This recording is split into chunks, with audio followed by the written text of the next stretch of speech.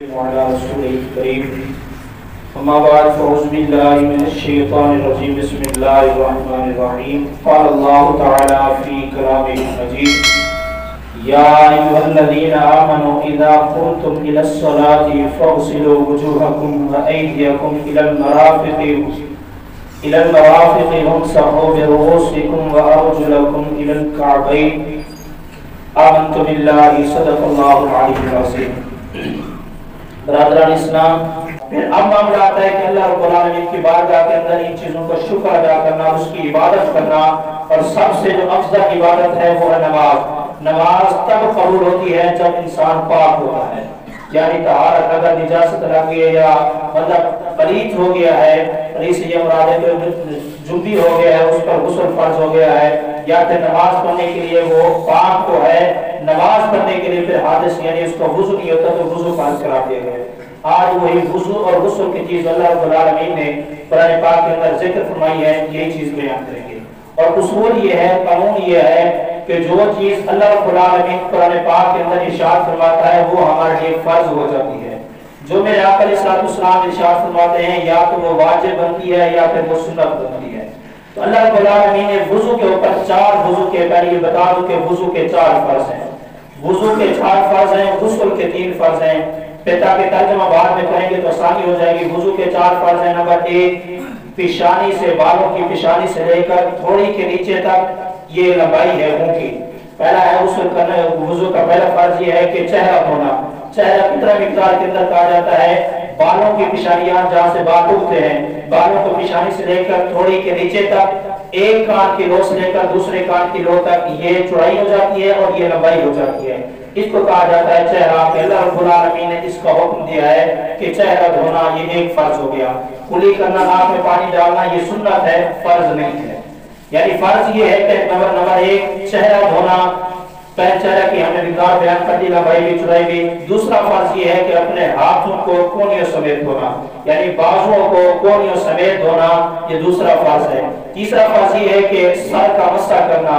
چوتھائی سر کا مسح کرنا فرض ہے. چوتھائی سر یعنی سر کے چار حصے ہیں، ایک یہ حصہ ہو گیا، ایک یہ حصہ ہو گیا، دوسرا یہ ہو گیا، ایک پیچھے والا ہو گیا. تو آخر میں سے کسی ایک سائڈ کا بھی مسح کرتے ہیں تو فرض پورا ہو جاتا ہے.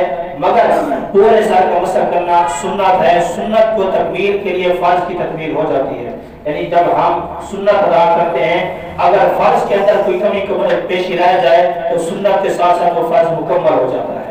تو چوتھائی سر کا مسح کرنا فرض ہے، پورے سر کا مسح کرنا سنت ہے. اور چوتھا فرض یہ ہے کہ اپنے پاؤں کو ٹخنوں سمیت دھونا.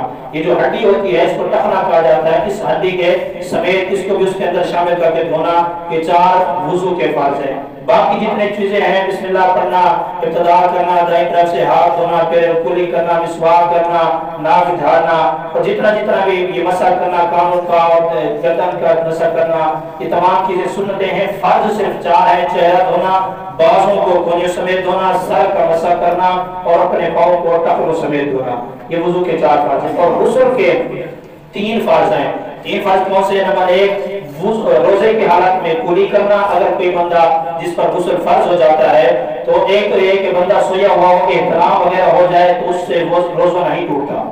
اگر بندہ سویا ہوا تھا، اس کو احترام وغیرہ ہو گیا تو اس کا روزہ نہیں ٹوٹے گا. وہ غسل اس طرح سے کرے گا، روزے کی حالت میں کلی کرے گا. نمبر ایک یہ فرض ہے کلی کرنا. مطلب روزہ نہ ہو تو پھر غرارہ کرنا فرض ہے، غرارہ کرنا. نمبر دو، ناک کی نرم ہڈی تک پانی کو چڑھانا، صاف کرنا، یہ دوسرا فرض ہے. نمبر تین، غسل کے تین فرض. نمبر تین، پورے جسم پر پانی بہانا اچھی طرح سے تاکہ ایک بال برابر کوئی جگہ خشک نہ رہ جائے. یہ تین فرض غسل کے ہیں، چار فرض وضو کے ہیں. باقی جو چیزیں ہیں یہ سنت ہیں. تو اللہ رب العالمین ارشاد فرماتے ہیں یا ایھا الذین آمنوا اذا قمتم الی الصلاۃ فاغسلوا وجوہکم وایدیکم الی المرافق وامسحوا برؤوسکم وارجلکم الی الکعبین. اے ایمان والو، یا ایھا الذین آمنوا، اے ایمان والو، جب تم نماز پڑھنے کا ارادہ کرو، اذا قمتم الی الصلاۃ، جب تم نماز پڑھنے کا ارادہ کرو، فاغسلوا وجوہکم، تو اپنے چہروں کو دھو لو.